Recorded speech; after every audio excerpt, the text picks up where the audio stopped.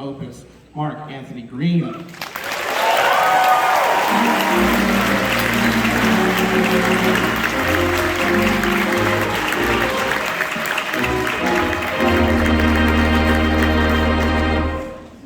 What's up?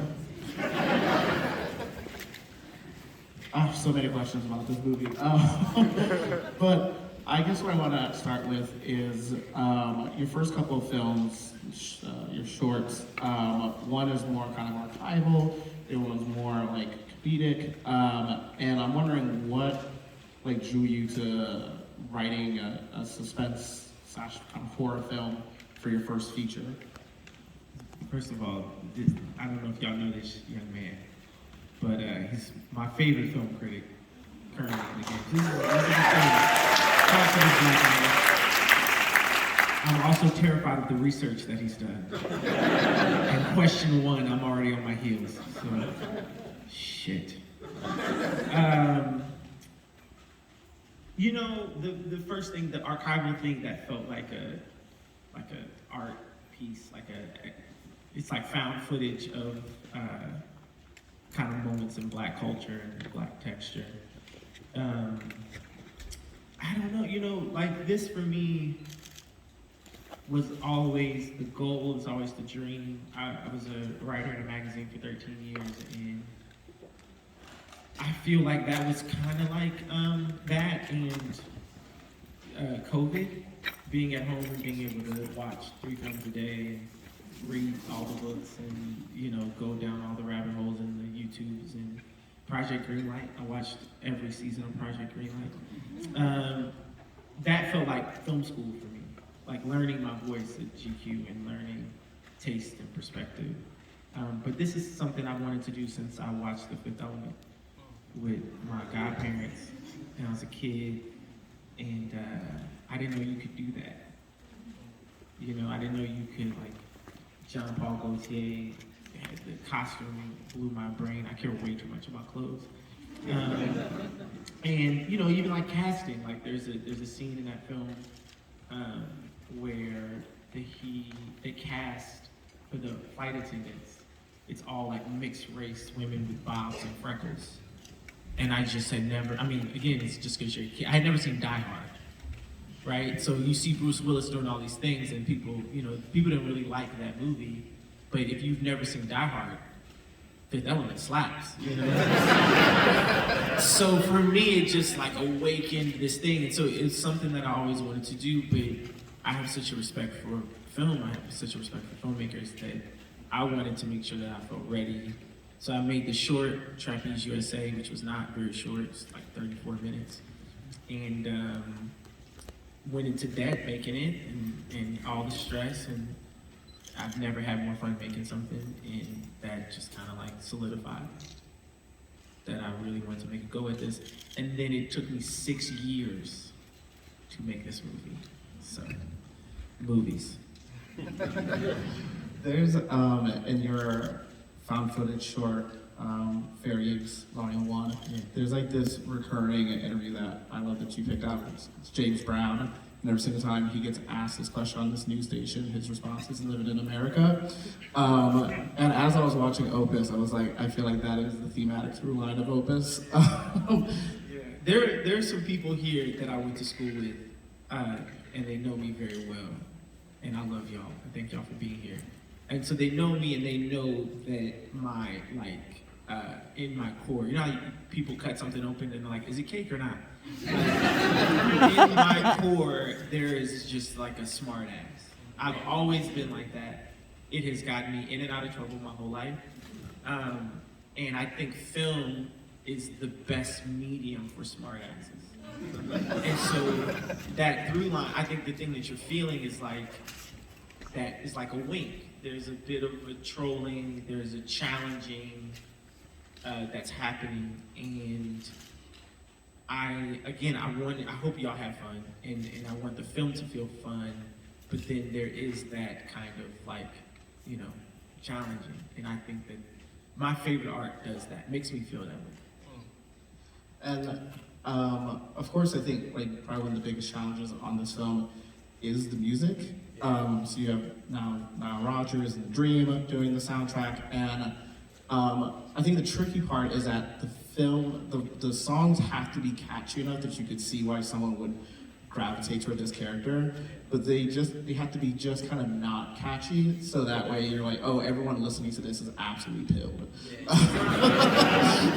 So I'm wondering, what instruction, or did you give any instruction to Nile Rodgers and Dream on what you wanted to sound like? Yeah, we just pushed forward to jam because I felt like all the other stuff, there's the contradiction of a horror film and a thriller and a cult and these things that don't feel good, and then a score that is not rhythmic.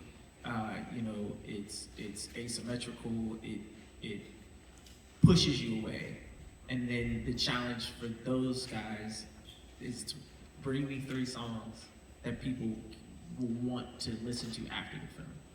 Bring me 3 songs. The like marker, that challenge that I gave them on the first day was that Michael Jackson Invincible album. Yeah. Right? So like that album, if you remember, it had like 2 or 3 good songs. I can't sing. And Butterflies, but it was an icon who was making an album decades after his greatness. And he was trying to sound contemporary. And it just didn't really work. But on the times that it did work, those songs are incredible, right? And they feel timeless. And that was why Nile was so important to this, because when he plays the guitar, it's, if you don't know who Nile Rodgers is, he produced Let's Dance for David Bowie and like a version for Madonna and Get Lucky with Daft Punk, and he's a genius. And all of that is timeless. So, and then Dream wrote Single Ladies and Umbrella, and so for them, the coolest thing about them, to me, the reason I'm just so gracious for working with them, everybody that worked on this movie, present company included, I think was like grossly underpaid. I wish I could pay Aya more. I wish I could pay John more. But nobody was more underpaid compared to what they usually get than Dream and I. And I still was like very demanding. You know what I mean? And when they were going back and forth during the Beyonce days, I highly doubt that I was more demanding than Beyonce, but like I gave her a run for her money a few nights. But they didn't flinch. This was purely a creative exercise for them. And so, it like a quest for them. And they trusted me. And when we landed on these songs, and then we fine-tuned them, John had to go in and he had to do it. And he really sang those songs. He really went there. And that was like one of the most, there's a few days where I like, they were just like the most special days in making this movie. That was one of them, in the studio. How many songs did they have? Like, how many did you choose from? I don't even know. But they would send like concepts. And the toughest thing is when a legend is really excited about a concept, and then you, as a never made a film before, is like, nah. There's a level of humility that they have to have. And we joke about it, and Dream and I, we like fought. We fought like cats and dogs. And then we would laugh. But eventually, we landed on it. And like 35 millimeter, this song where he's performing, I listened to that song and I'm like, this is a good song for anyone. This is a good song at any time. And we got there, and for those guys to do that with me, to want to go on that journey with me, to get paid $0, that is just super cool. Movies. As you were mentioning Michael Jackson, of course I have to ask, is the Malkovich character, who's the Malkovich character based on? He's more based on, everybody wants me to be like, I was with insert celebrity name, and then they made me eat a bread and they shaved my pubes. And like, I hate to spoil that, but like that didn't happen. No, but like we really used other musicians as things not to do, because I wanted Ready to feel original. So like if Prince did that, I wouldn't, I took wigs off the table because of Bowie, right? And I took like I didn't want Moretti to play all the instruments because of Prince, and I didn't. So it's like you take enough of those things away, and he's original. You know, that you have something that feels like we haven't seen it before, but also there was a there was a day at GQ when I first started. It was like my first week, and I'm a 36-year-old black kid from Kansas City. I went to HBCU. I went to Morehouse College. I had yes, thank you, and I had never heard of Bruce Springsteen. So I'm in this big ideas meeting and everybody's freaking out over putting Bruce Springsteen on the cover, and I never heard of this person, right? And so I'm leaving the meeting to go to another meeting, and I go to Will Welsh, it's like my big brother, and I'm like, hey, I know this is gonna sound crazy, but like, who is this? And he had basically like 30 seconds to explain to me who Bruce Springsteen was, and he did a great job. Like he like contextualized, you know, like Americana and like da-da, and you know, it's like it's not flashy dress, but like da-da and 501s, and he like gave me enough information. Thank you for the gene heads out there. Somebody, man, let's get together after this. Let's talk indigo. Let's do it. And I feel like that was our job with Moretti, right? Like he's not a replacement for Elton John or any of Alice Cooper or any of these other guys, but we don't have a ton of time for you to understand who and what he means, like to culture. And that was a challenge that John, I feel, met head on, and you gotta get us there. And I love all the old photos of John, and he had to help us get those. And so it was cool. I love creating that character. Like, again, one of the most fun things that we did. And then I read that you, like most people, caught Io on the bear, and that's basically kind of what inspired you. I knew her before. Yeah. Yeah, we were friends before the bear, and Lionel Boyce is a good friend. He was here. He said hello to all of y'all. Also, Io, who I just saw, told me to tell Rose. Where are you, Rose? Oh, okay, well, Rose fucked it. She told me to give you a shout out, let her know. No, but that's a friend of Io's who came tonight. Anyway, so I watched it to support my friend, Lionel, and then I sent the DVDs early, which you're not supposed to do, to our exec at A24, and it's like, she's incredible.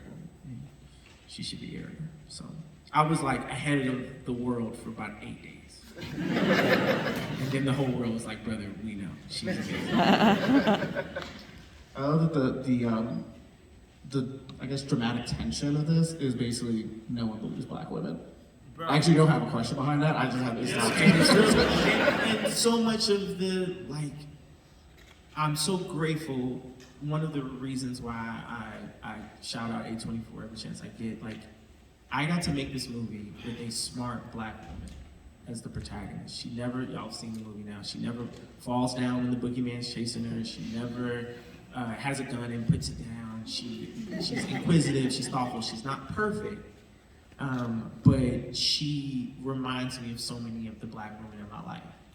And I got to make that movie. There was a world, we all love movies, that's why we're here. There's so many decades where you just don't get to make that movie. They won't process it. It's not possible. It can't exist on the page, it can't exist on the screen. And we got to do that. And in all the conversations that Io and I had, it was there were a few times where we were like, man, they're really just gonna let us do that. And that felt radical to us and exciting to us. And it's so cool when I was at University of Chicago in the film school earlier today, and there's all these young black girls, and they just idolize Io. And they're like, we watched the trailer 50 times. And I think that's the coolest thing in the world. I hope it does numbers at Spelman, so Spelmanites in the room. Yeah, shout out to them. I think that to me, in many of the things that I hope the film does, and that's a really important one. This film it's such a smart film, because it could very easily just be a kind of cliche, let's analyze celebrity in the modern world, but it's so much, I think, a journalism film, and I wonder if you could talk about that, about really, I guess we're not getting too inside baseball, but really like how this film is like about the state of modern journalism. Yeah, you know, it has been polarizing amongst my peers. I started writing for magazines when I was 19. I'm 36.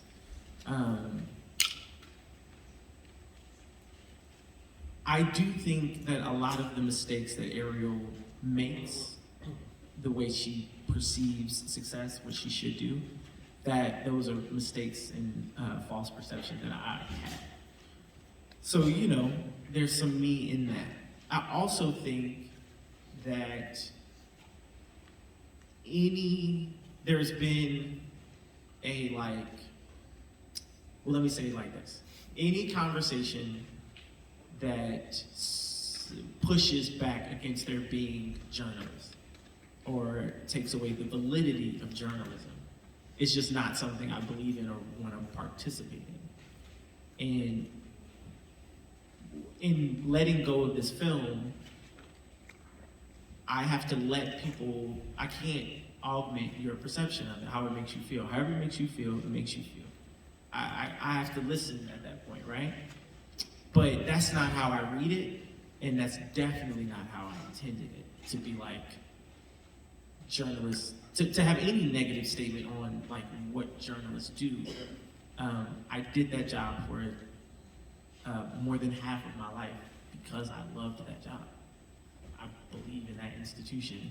I think it's more important now than ever. And tribalism, to me, I picked pop music because it felt like it would feel good. I feel like, you know, this theater is basically full after the screening because it was fun and it jammed and it felt good. If it were like a dictator, so to speak, I don't know where I'm pulling that. Out of thin air, you know what I mean? But if it were like a dictator and it felt divisive and it felt like, you know, that's the thing that I'm pushing back against. We've gotten to this point of like, my guy's bigger than your guy, and if you like my guy, then you're perfect, and if you don't like my guy, you're not perfect. And I wanted to find something that felt like there was a lot of honey with the medicine so that we would continue to sit here and to jam and to talk. And so that's why I chose pop music, and that's why I chose that dynamic. And I don't think this movie, personally, you know, it's like He Got Game is a movie, it's not a movie about basketball. It's got a lot of basketball in it, and the basketball is very accurate. But if you were like, what is that movie about? Like, why does this movie exist? What is it saying? How did it make me feel? And I grew up playing ball. Like, that's not a movie about basketball. And so I'm excited. I am deeply proud that we have something that is making people feel so deeply. And I love y'all. If you're a journalist, a critic, and you're hearing this, just know that Mark Anthony loves you.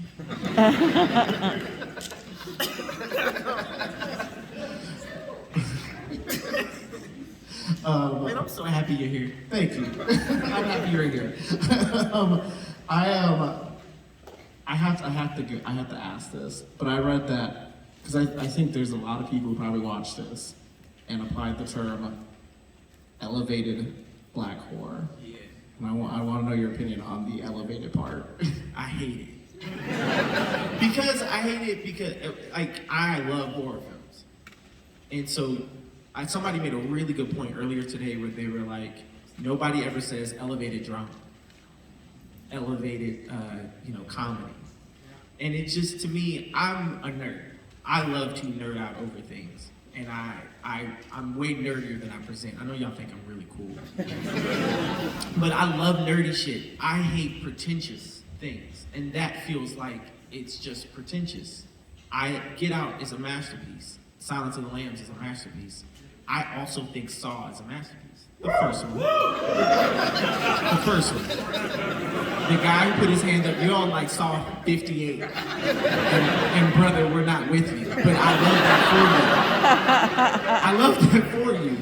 But I'm saying that first, it is why are we in this genre that we love? Why are we promoting something and therefore demoting something?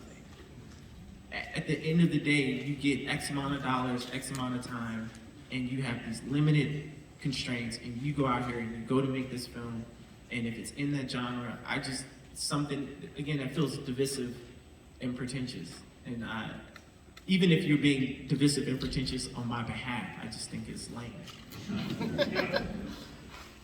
On that note, we have time for a couple of audience questions, so please raise your hand. We'll run a mic to you, knowing that a question ends in a question mark. Please. I'm gonna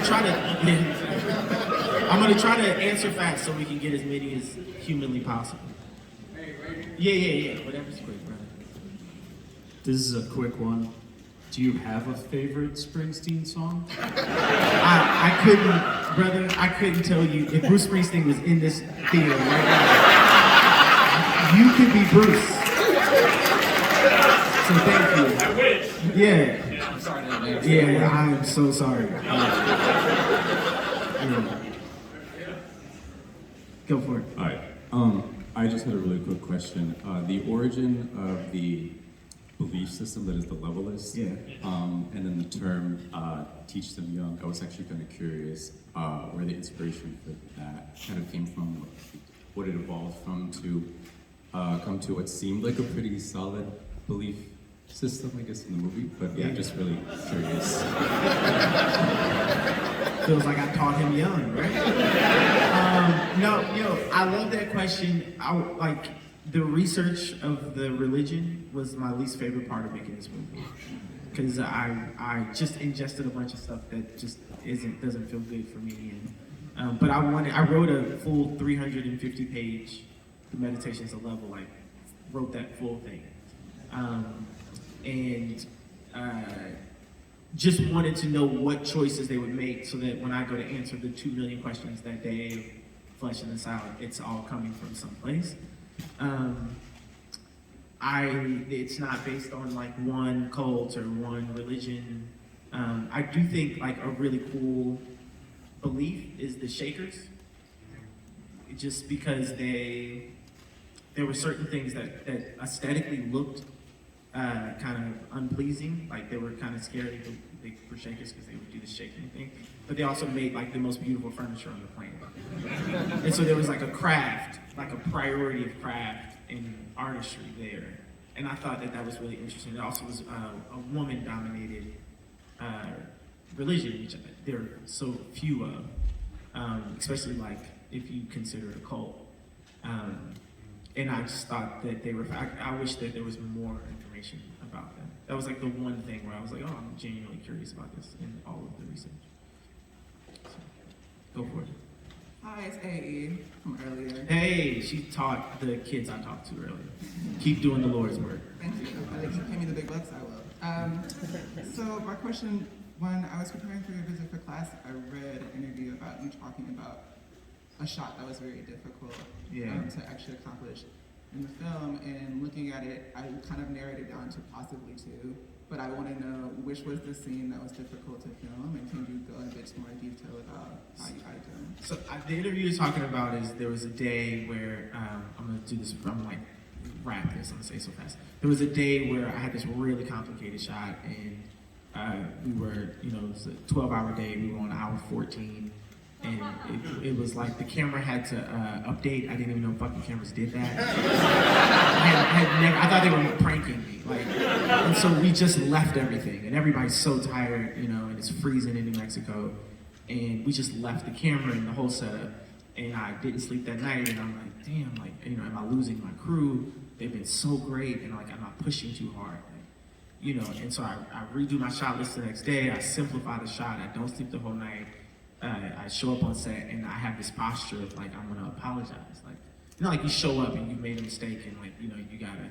And so in our safety meeting, I had planned on apologizing.